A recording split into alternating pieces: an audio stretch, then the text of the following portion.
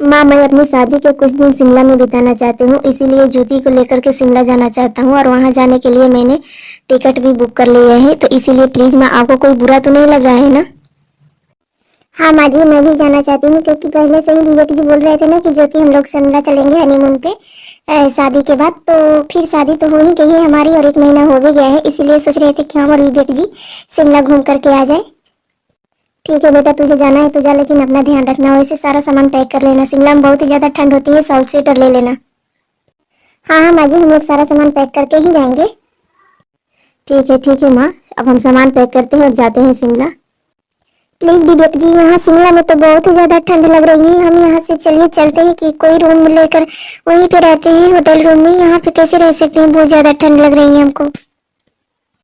हाँ हाँ ज्योति, बहुत ज्यादा ठंड है। चलो एक रूम मैंने बुक किया हुआ है, वैसे ऑनलाइन ही बुक किया था। चलो एक रूम तो मिल ही जाएगा रहने के लिए हम लोगों को।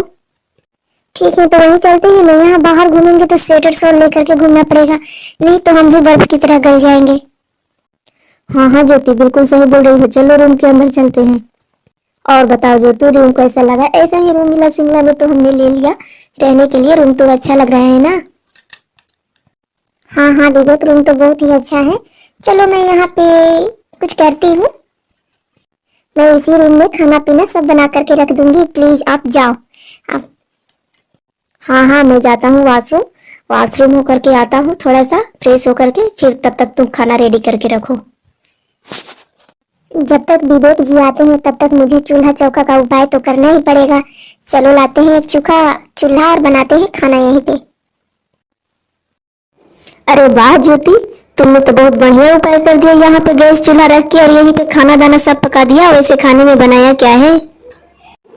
आलू टमाटर की सब्जी है, भिंडी की भुजिया है, अभी रोटी सेकना बाकी है। तो चलिए आप आराम करिए, कुछ किताब वगैरह पढ़िए, तब तक मैं यहाँ पे खाना पका देती हूँ। नहीं नहीं ज्योति, मुझे कहीं जाना है। वैसे मेरे एक दोस्त ने कॉल किया हुआ था, उसी ने मुझे बुलाया हुआ था, तो मुझे वहाँ पे जाना है। और तुम यहाँ पे खाना पीना बना करके रेडी रखो, तब तक मैं अपने दोस्त के यहाँ से होकर के तुरंत चला जाता हूँ। अरे लेकिन यहाँ शिमला में कौन सा दोस्त है आपका? यहाँ पे तो कोई किसी को पहचानता भी नहीं है और दोस्त भी मिल गया आपको। अरे ज्योति, इंडियन दोस्त है, यहाँ पर रहता है, कमाने खाने के लिए यहीं पे रह गया है, उसको यहीं पे अच्छा लगता है। वैसे मैं चलता हूँ, अभी तुरंत आता हूँ 1 घंटे में, तब तक तू खाना बना के रेडी रखना। ठीक है, लेकिन जल्दी से आना, ज्यादा लेट मत करना क्योंकि मैं यहाँ पे अकेली रह जाऊंगी। हाँ हाँ बाबा, जल्दी से आता हूँ। अरे बेटी, कहीं जा रही हो? कहाँ से आ रही हो बेटी?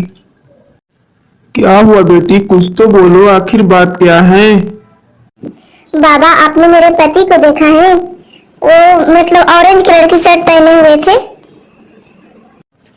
अरे नहीं बेटा, इस रास्ते में तो आता जाता कोई दिखाई नहीं देता है, और मैं तुम्हारे पति को कैसे पहचान सकता हूँ? वैसे भी इतनी रात हो चुकी है, जा करके सो जाओ। नहीं बाबा, जब तक मेरे पति नहीं आएंगे तब तक मैं नहीं सोऊंगी। उनका फोन भी मैं ट्राई कर रही हूँ, फोन भी नहीं लग रहा है। और यहाँ पे हम नई जगह पे आए हैं। बाबा आप कहाँ से हैं? आप इंडियन हो क्या? हाँ बेटी, मेरी तो पूरी फैमिली ही यहाँ पे रहती है, तो यहीं पे मैं भी रहता हूँ और यहीं पे कमाते खाते रहते हैं। वैसे तुम्हारा पति आ जाएगा, तुम जा करके सो जाओ। नहीं बाबा, मैं यही कुर्सी पे बैठ के इंतजार करूंगी अपने पति का। उनके गए हुए 4 घंटे हो गए और हमसे बोल कर गए हुए थे कि मैं बहुत जल्दी आता हूँ। अरे बेटा, हो सकता है कि कहीं गया होगा दोस्त वगैरह के घर, आ जाएगा, चिंता मत करो। चिंता तो होगी ना बाबा, नया शहर है, नया शहर शिमला है, विदेश में हम लोग आए हुए हैं, न जाने किसी से न पहचान है। और हमारे पति बोल रहे थे कि हमारा दोस्त यहीं पे रहता है, जबकि हम तो उसे पहचानते भी नहीं है, पता नहीं कौन सा दोस्त है। अरे बेटी, होगा कोई। हाँ हाँ बाबा, ठीक ही बोल रहे हैं, भगवान करे ऐसा ही हो, उनका दोस्त निकल जाए और हमारे पति लौट के वापस आ। अरे याद है कल मैं ही मेरे बेटे को खाकर, हाय रे भगवान, मेरा बेटा कहाँ चला गया, इस दुनिया को छोड़ करके चला गया। इस कल मोही को पता नहीं क्यों जल्दी पड़ी थी शिमला जाने की। अगर मेरा बेटा शिमला नहीं जाता तो इस दुनिया से नहीं जाता। हाय रे भगवान, अब कहाँ से ऐसे बेटा लाऊंगी? मेरे तो किस्मत फूट गई इसी कल मोही से शादी करके। इससे मेरी शादी ही नहीं करनी चाहिए थी, पता नहीं कैसा किस्मत लेकर के आई थी, मेरे बेटे को खा गई। देख ज्योति बहू, तूने बहुत ही गलत काम किया है। तूने, तेरी वजह से आज हमारा बेटा इस दुनिया में नहीं है, अनाथ करके चला गया हम दोनों को। अब हम किसके सहारे जिएंगे? ऐसा मत कहिए माँ जी, विवेक जी को कुछ भी नहीं हुआ है, वो बिल्कुल सही सलामत है। कहीं भी होंगे तो सही सलामत है। पुलिस ने हम लोगों को बॉडी नहीं दिखाई है, सिर्फ ये बताया है कि एक्सीडेंट हुआ है कार का, लेकिन वो बॉडी कहाँ है ये नहीं बताया है। उन्होंने कह दिया कि खाई में गिर गया है। मेरे विवेक जी जिंदा है, मुझे पूरा भरोसा है। अरे पहले ही मेरे बेटे को खा गई और बोल रही है कि जिंदा है बेटा। अभी की अभी मेरे घर से निकल जा, अभी तेरा चेहरा नहीं देखना चाहती हूँ। तेरी जैसी शैतान का मुझे चेहरा नहीं देखना है। तू मेरे बेटे को खा चबा करके बैठ गई और आ गई अपना चेहरा दिखाने के लिए। मुझे तेरा चेहरा देखना ही नहीं है, जल्दी से निकल जाए यहाँ से, मेरे घर से। नहीं माँ जी, मुझे यहाँ से मत निकालिए। मैं यहाँ पे विवेक जी के उम्मीद से जीना चाहती हूँ, क्योंकि मुझे पता है मेरे विवेक जी को कुछ नहीं हुआ है। मेरे विवेक जी जिंदा है और मैं उन्हीं के नाम के सहारे जीना चाहती हूँ। जरूर लौट के आएंगे वापस। कैसी बात कर रही है बहन जी? अगर हमारी बेटी जीना चाहती है, उसे उम्मीद है कि विवेक जी जिंदा है, तो उसे रहने दीजिए ना यहीं पर। कभी न कभी तो विवेक जी लौट के आ सकते हैं। है बेटी ने जो कांड किया है उसका भी भुगतान नहीं हुआ है और माँ इसी में बीच में टपक पड़ती है। चलो निकलो यहाँ से तुम दोनों, मेरी घर मुझे कोई जगह नहीं है। इसको भी अपनी बेटी को भी ले जाओ। तुम्हारी बेटी ही कल हुई है जिसने मेरे बेटे को खा चबा करके बैठ गई है। यहाँ से जल्दी लेकर के जाओ वापस अपने घर। हाँ तुम दोनों ज्योति बहू चली जाओ यहाँ से। मुझे तुम्हारा चेहरा भी नहीं देखना है, क्योंकि जब हमारा बेटा ही नहीं रहा तो तुम यहाँ पे रह के क्या करोगी? माँ मैं सोच रही थी कि यहीं पे रह करके अपने घर में बच्चों को ट्यूशन कराऊं, क्योंकि जो ट्यूशन पढ़ाने से फीस आएगा उससे हमारा गुजारा बसर भी हो जाएगा और मेरा मन भी लगा रहेगा। पता नहीं कब विवेक जी आएंगे। चिंता मत करो बेटा, अगर तुम्हारी उम्मीद लगा रखी है तो जरूर विवेक जी आएंगे।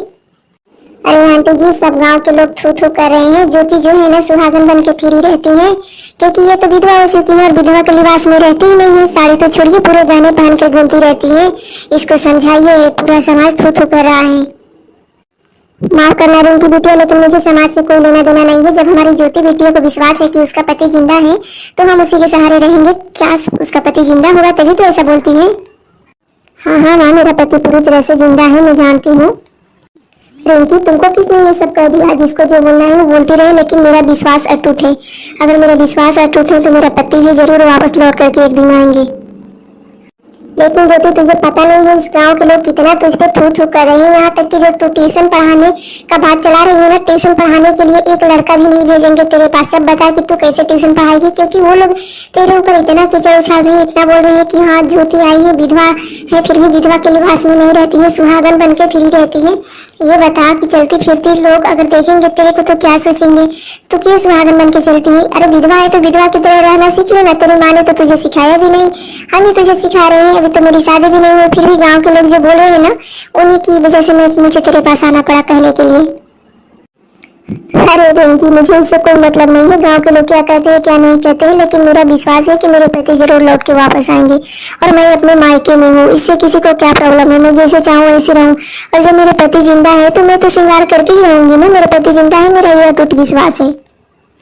अरे हाँ रिंकी बिटिया, अब तुमको भी घर जाना चाहिए मेरी बिटिया को छोड़ करके, क्योंकि अब तुम्हें अपने बारे में सोचना चाहिए। कहाँ से लड़का मिलेगा, कौन मिलेगा शादी करने के लिए? इतने दिन तो हो गए, शादी भी नहीं है तुम्हारी, बस दूसरों के घर में चलाती हो ताका झाकी करने के लिए।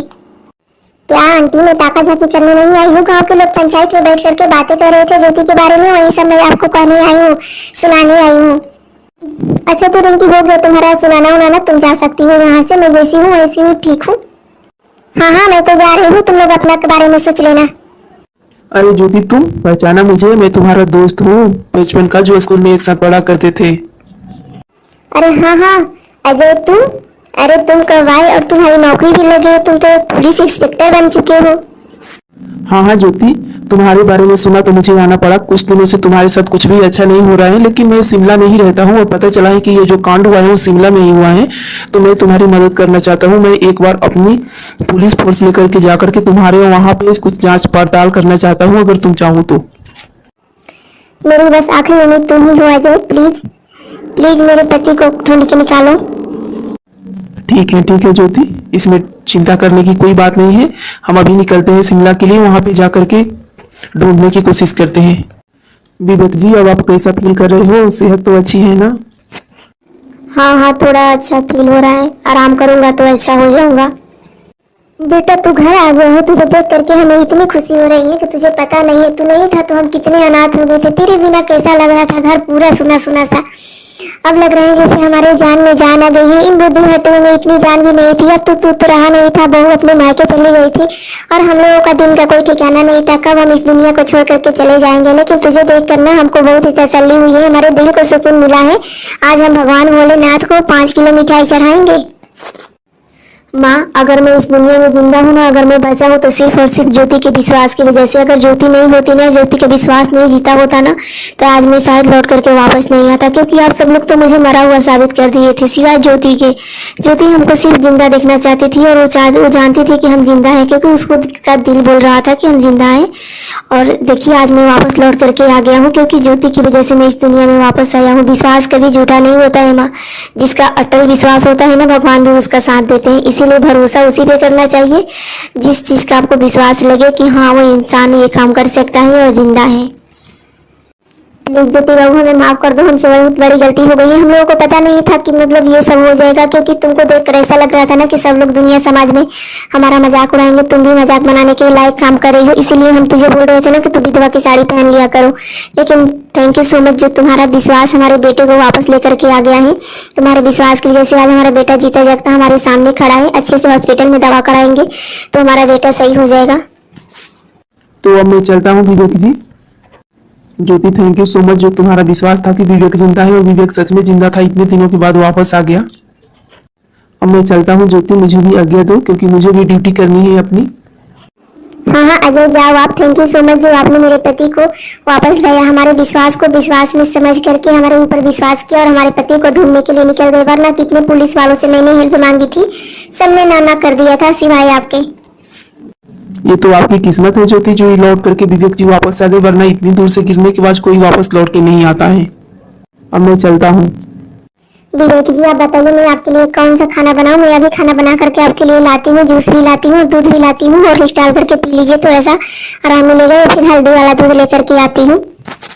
नहीं बहू, तुझे कहीं जाने की जरूरत नहीं है, तू विवेक के पास यहीं पे रुक, उसकी देखभाल कर। मैं जाकर के हल्दी वाला दूध लेकर के आती हूँ। आज का खाना मैं बनाऊंगी, तू नहीं बनाएगी। तू बस विवेक की देखभाल कर। हमारा बेटा इतने दिनों के बाद आया है और तू भी तो इतने दिनों के बाद आई है। मैंने भी तेरे ऊपर बहुत बहुत अत्याचार किए हैं, पता नहीं क्या क्या बोले हैं तेरे को, और तूने वो सब सहन किया है। प्लीज हमें माफ कर देना बहू। कोई बात नहीं माँ जी, गलती में तो सब इंसान सब कुछ बोल देता है, और जब गलती होती है तो इंसान तो बोलेगा ही है। कोई बात नहीं, मैंने आप सबको माफ किया। हमारे विवेक जी इस दुनिया में बस यही मेरे लिए काफी, और कुछ नहीं। मैं बहुत ज्यादा खुश हूँ, और मुझे आपकी दी हुई कोई भी चीज, कोई भी बात बोली हुई मुझे याद नहीं है, मैं भूल गई हूँ। प्लीज अब याद दिलाने की कोशिश मत करिए। मैं यहाँ देखभाल करती हूँ। तो ठीक है, आज का खाना आप ही बनाइए। मैं भी बहुत खुश हूँ कि आज का खाना हमारा मम्मी जी बनाएगी। मैं यही विवेक जी का ध्यान रखती हूँ। थैंक यू सो मच ज्योति, जो तुमने मेरी जान बचा ली। जान तो भगवान भोलेनाथ ने बचाया है आपका। मैं तो चाहती ही थी कि आप हमारे पास आ जाओ, और भोलेनाथ ने मेरी बहुत मैंने विनती की थी भोलेनाथ ने, और भोलेनाथ ने मेरी सुन ली। देखिए आप मेरे पास जीते